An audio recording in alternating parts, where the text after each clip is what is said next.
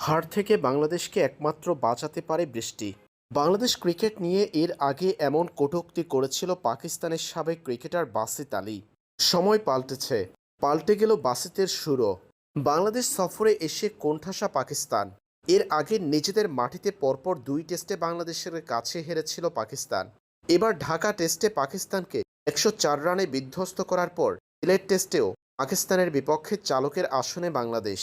তৃতীয় দিন শেষে বাংলাদেশ পাকিস্তানকে টার্গেট দিয়েছে ৪৩৭ রানের। হাতে এখন আর ২টা দিন বাকি।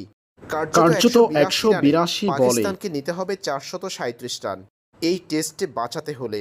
এমন অবস্থায় এবার বাংলাদেশ পাকিস্তান টেস্টের তৃতীয় দিন শেষে বৃষ্টির জন্য দোয়া করতে বসে গেলেন বাসিত আলী। সরাসরি পাকিস্তানের সাবেক এই ক্রিকেটার নিজের ইউটিউব চ্যানেলে বলেন, দোয়া এটাই ভাই, ম্যাচ চলে আসুক সকালে, কিংবা দুদিন বৃষ্টি হয়ে যাক। এখন বৃষ্টি বাঁচাতে পারে পাকিস্তান দলকে।